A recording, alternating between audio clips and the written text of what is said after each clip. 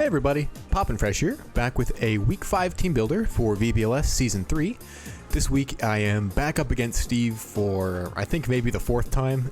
He's kind of a rival of mine in the league, at least from my perspective. I've played him, yeah, this is the fourth time. I've played him 3 times before, lost every single time, and it's been a hump I've been unable to get over. So, I'm gonna do my best. I've built my team. I made a crazy last minute change here right before I'm recording this, so hopefully it doesn't come back to bite me, but let's go ahead and get into it. Oops. So starting off like I always do, we'll take a look at his team. So you may notice that his team is really bizarre, and that's because he did his randomizer when we were drafting this season, so everything on his team was not his choice. And even the mons that he swapped out, Crobat and Ninetales, he also had to do so randomly, trading them both, trading 2 tier 2s for a tier 1 and a tier 3. And one of them actually worked out pretty well for him. Sandaconda, I think, is a pretty good value pick. Nihilego a little bit finicky, but I'm sure he can make it work as well. So, he's got Tornadus, Terrakion, Nihilego, Kommo-o, Raichu, Moltres, Dreadnought, Sandaconda, Trevenant, Frostmoth, and Galarian Linoon. So, this week, there's a couple mons that I think have to come, and I have 4 selected, but it's really 5 now that I think of it. And those are Tornadus, Terrakion, Dreadnought, and Sandaconda. I think Tornadus comes because it's just a super valuable support mon, and it's kind of like last week where I was facing Thundurus, now it's Tornadus, the green Thundurus. So I see it running 2 different ways. Either one, Prankster with Tailwind or Rain Dance, or maybe both. And it's more up in the air this week because Thundurus, all of its Prankster stuff has to hit the opponent, whereas Tornadus' support with Weather or Tailwind, it can just be on its side of the field, so the Psychic Terrain won't counter that. Or if he wants to run Taunt on it to try to stop me from doing Trick Room because his team does not have a very strong Trick Room mode, he would have to run Defiant so he could taunt whoever my Trick Room setters may be. So honestly, at this point, I see it 50-50. It could either be Prankster fast or Defiant with Taunt to stop Trick Room, so we'll have to see what he ends up bringing. I think Terrakion's a good choice this week. It's a very strong physical breaker and a good Regirock counter. It also does very good against Porygon Z, so both of my tier 1s have very bad matchup against Terrakion, so I think it's a good choice for him to bring. Dreadnought is a fast option to bring Regirock that can also be kind of slow if you give it like an Iron Ball or a Room Service or something. It can, I guess it could viably do both, right? It could be Room Service and go fast in the rain with Swift Swim, and then if, say the Trick Room goes up, he could try to stop his rain and then go slow from there.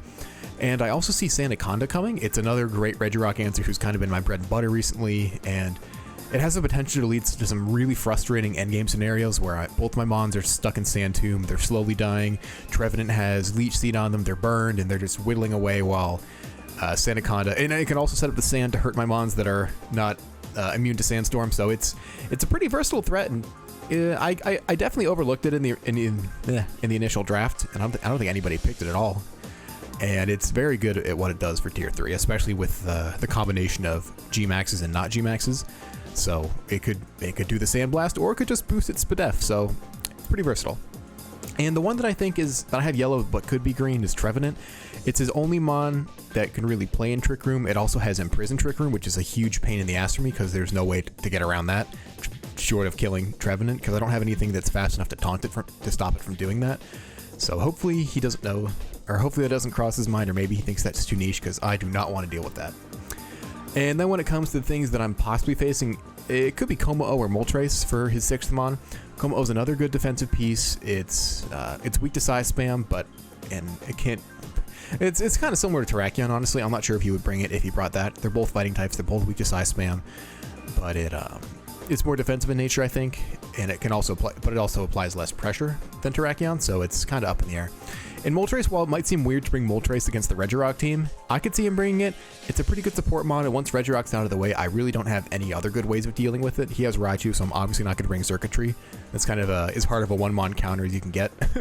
Raichu absorbs like 95% of the moves that Circuitry can learn, so I'm definitely not bringing that this week. And I think he'll probably predict that and not bring Raichu, but if Raichu does show up, that's fine, because that's just one less thing to worry about. Overall, he has 2 Trick Roomers, 2 Tailwinders, really, I think he only has one viable mon for each of those. I'm not sure if Nihilego learns Imprison. If so, that could suck too. Tornadus does learn Icy Wind, which is kind of cool, but I don't really see him going for that. What else we got here? Glare from Sandaconda is annoying. I didn't know Frostmoth learned Sunsworth. That's kind of cool. Wide Guard from Frostmoth to stop rock slides, but I do not think Frostmoth is coming. Moltres has like an out against Regirock because it can outspeed it always, but not Frostmoth. There's nothing you can do against that. Ally Switch and Trevenant, which is annoying. And then Taunt, which is a pretty big factor this week. He has on Tornadus, Terrakion, and Komao. Tornadus and Terrakion both being fast, one of whom could even be Prankster to be super duper fast. And I guess they're all actually pretty fast now that I look at it. Komao is 85, which is as fast as Indeedee and faster than my Trick Room on, so it's something I have to consider on all of them.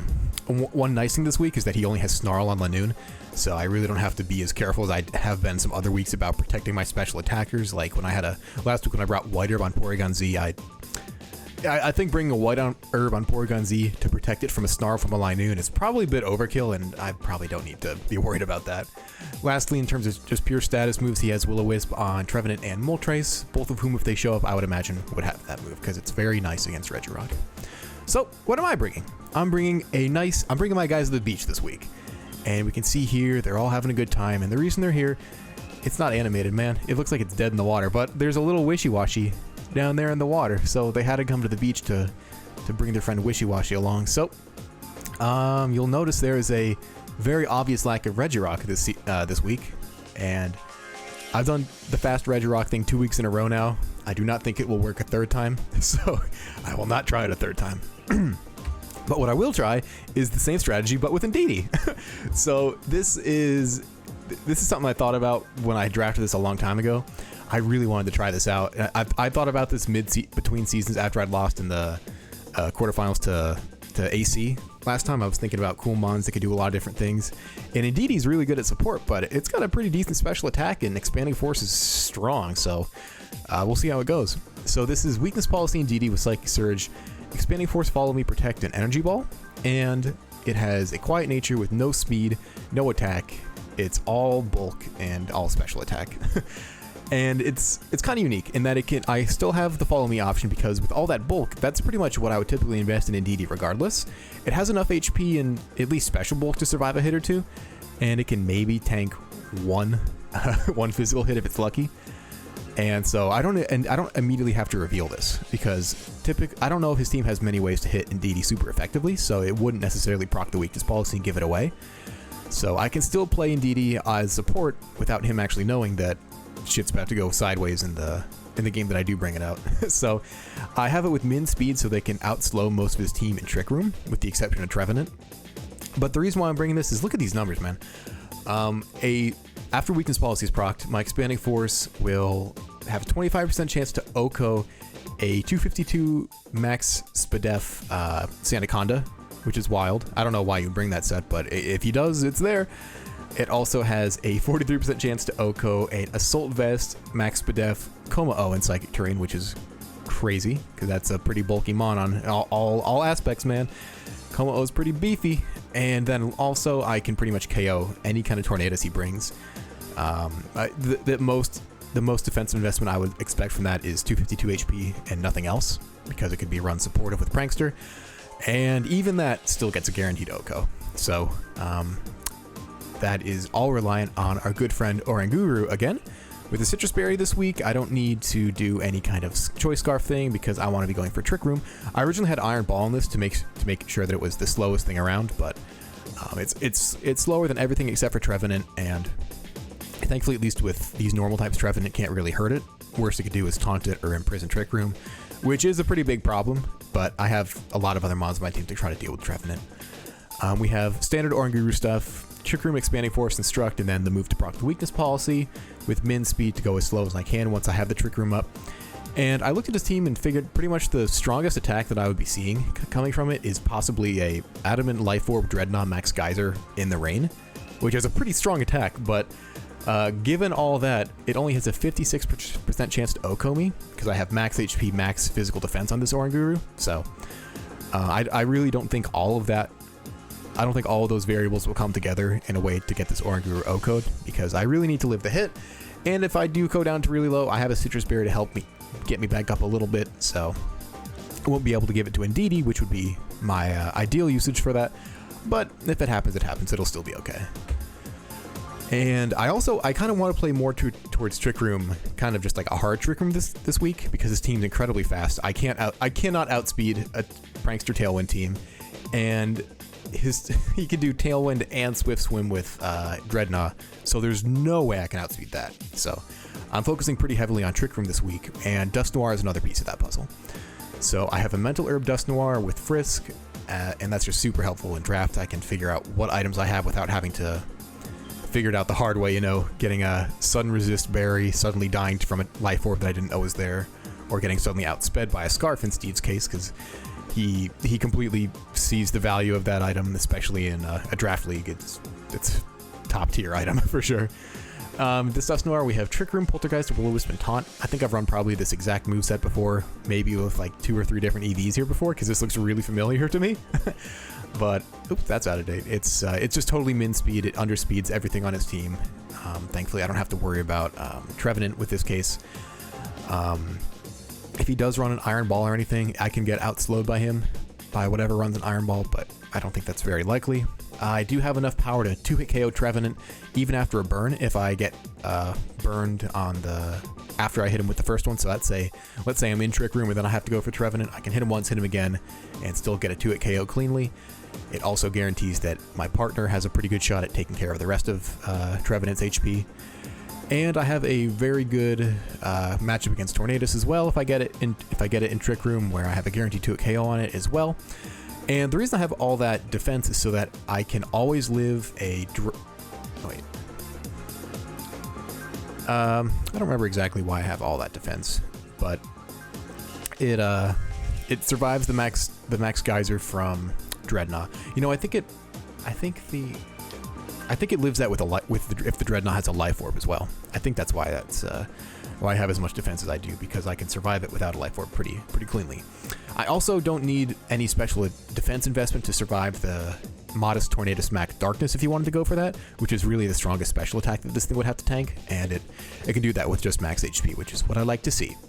So this Dust Noir is another Trick Room setter for me, which is important because I need to have the flexibility, and if I want to pull off my Oranguru Ndidi strategy, I don't want it to be obvious right off the bat. And this is kind of the weird part that I was thinking about today. So Regirock has been my MVP for the last 2 weeks. It's got a lot of work done, it's got a lot of KOs, it's missed a lot of rock slides, but we can forgive that. And looking into Steve's team, if he hadn't made the 2 transactions he did, this would have absolutely been Regirock. But given the fact that he now has two less rock weaknesses and 2 additional water weaknesses, it turns out that his team's no longer as cripplingly rock weak as it used to be. It's now just cripplingly water weak. So a Pokemon that I had on my roster, who is the slowest Mon I have, who has the highest, actually that's not even true because Circuitry, but has the 2nd highest special attack of anybody, and who gets stab on water type moves, is Wishiwashi. So we have Expert Belt Wishiwashi with Schooling, obviously, Quiet Nature, Min Speed, Max Special Attack, and the rest into HP and Defense. The HP is there so that I think it's maximum HP with what is it? It's a maximum amount of HP so that my Schooling will trigger at the lowest, at a lower number. So like, because it triggers after you pass a 4th truncated. So it's like 140. It's some number that's not cleanly divisible by 4. I think it's like ends up being 4.25 or something like that. And then I just dump the rest into defense because his team, Wishiwashi has lower physical defense and his team's pretty physically offensive, I would say. And these are some of the crazy calcs that Wishiwashi can pull off. So let's see. Mystic Guy, the Mystic Water, that one's out of date now. But actually, that whole top one's probably not really relevant, so we can just ignore that. I'm not going to have to try to OHKO a Dreadnought. I don't have to worry about that. But some of the other important things are just with water and ice, it pretty much takes down everything. So I didn't really even run the calcs on the super effective water moves because Wishiwashi is so incredibly strong when it's in the big form. But even with its max Hailstorm, I always OHKO Tornadus, and that's even through a Sash because of that nice Hail chip. And I always OHKO a Trevenant after Hail, even if it's max HP and 80 SPDF. That was just the recommended set on Picolytics. I don't know why it would have that much SPDF. And it also has enough bulk so that I can live a Wood Hammer from Trevenant. Even if it is hailing, which I would likely have hail set up at that point. it's not even 100% chance to do 2-hit KO, which is crazy. And then I also can survive a Raichu Thunderbolt. It's a guaranteed 3-hit KO after hail damage. Wishiwashi has a lot of power behind it. Its only shitty stat is its HP, which is obviously its gimmick. So if I can play to its outs and protect it and keep it in the keep it in the trick room where it wants to be, it's like having an Uber on your team. It's ridiculous. And so I have my trick room mode filled out. So I wanted to have 2 other guys in the end, just in case trick room goes horribly wrong and I need to adapt and make him think that my entire team is trick room. So I have a kind of 2-piece combo that's worked pretty well for me in the past. Slurpuff with Charm, Cotton Spore, Dazzle Gleam, and Fake Tears. Charm is just to help with physical offense because it doesn't get Reflect, which I thought it did, but it doesn't. Cotton Spore to slow things down, which is super helpful because after a Psychic Seed boost, assuming that Dreadnought is not double fast with a Tailwind and a Rain Dance, I can outspeed everything and start slowing them down with Cotton Spore. Dazzling Gleam for damage, so I'll not Taunt Bait, and Fake Tears to help out my BFF, Porygon Z. This is Choppleberry Porygon Z. I didn't really need any of the extra damage this week from Life Orb again, so I'm just going with Hyper Beam, Blizzard, Protect, and Solar Beam. And Solar Beam's pretty cool because I have that for Dreadnought, and between Hyper Beam, Blizzard, and Solar Beam, I can pretty much OHKO anything that's not Dynamaxed, and even if it is Dynamaxed, it'll be taking a shitload of damage. So here we go. I have... Well, and also this is going to be supported by Fake Tears, so keep that in mind for all these. My Max Strike can do 63% min to Terrakion, and then that drops its speed below mine, because this Porygon Z can outspeed Steve's entire team when they're at -1 or when it's at +1, so any combination of that. And I can also live a close combat from Terrakion, and that's even if I'm at -1, it's at +1 if you want to do that Leer thing he did against the Regigigas, which was super sick, not gonna lie, but I need to keep that in the back of my head to make sure that my Porygon Z does not suffer the same fate. So that's the team. Game plans, I have a couple different modes that I want to try out for each game, so assuming I make it to Game 3. I should actually probably switch up my Game 3 and Game 2 strategies, honestly. But Game 1, I want to lead Dusknoir in the Wishiwashi to set up Trick Room. If Trevenant shows up to try to imprison it, I can target it down, get it killed with Max Ice, and then do whatever Dusknoir wants to do. I wonder if... Let me go back up real quick. Okay, so my Max Hailstorm calc against Trevenant doesn't have the Expert Belt on it, so I can actually always OHKO Trevenant with a Max Hailstorm if it doesn't protect. So I can always get the Trick Room off safely, unless it's Sash Trevenant, which I don't think is a thing. Let's see what else we got. Bring Guru and Didi in the back, then Game 2, which I'll be swapping for Game 3. Bring a Didi Slurpuff, go the Porygon Z route so I can drop their stats and their special defense. And last but not least, I want to bring the Didi Guru, and I'm just going to bring that Game 2 because I want to bring that. I'm not sure how viable that strategy is, but I definitely want to at least see if I can pull it off. So that's the plan for this week. I'll be playing Steve tomorrow. Special shout out to Jordan for helping me prep this week. Thanks a lot, man. And yeah, that's the video. I will see you guys in the game.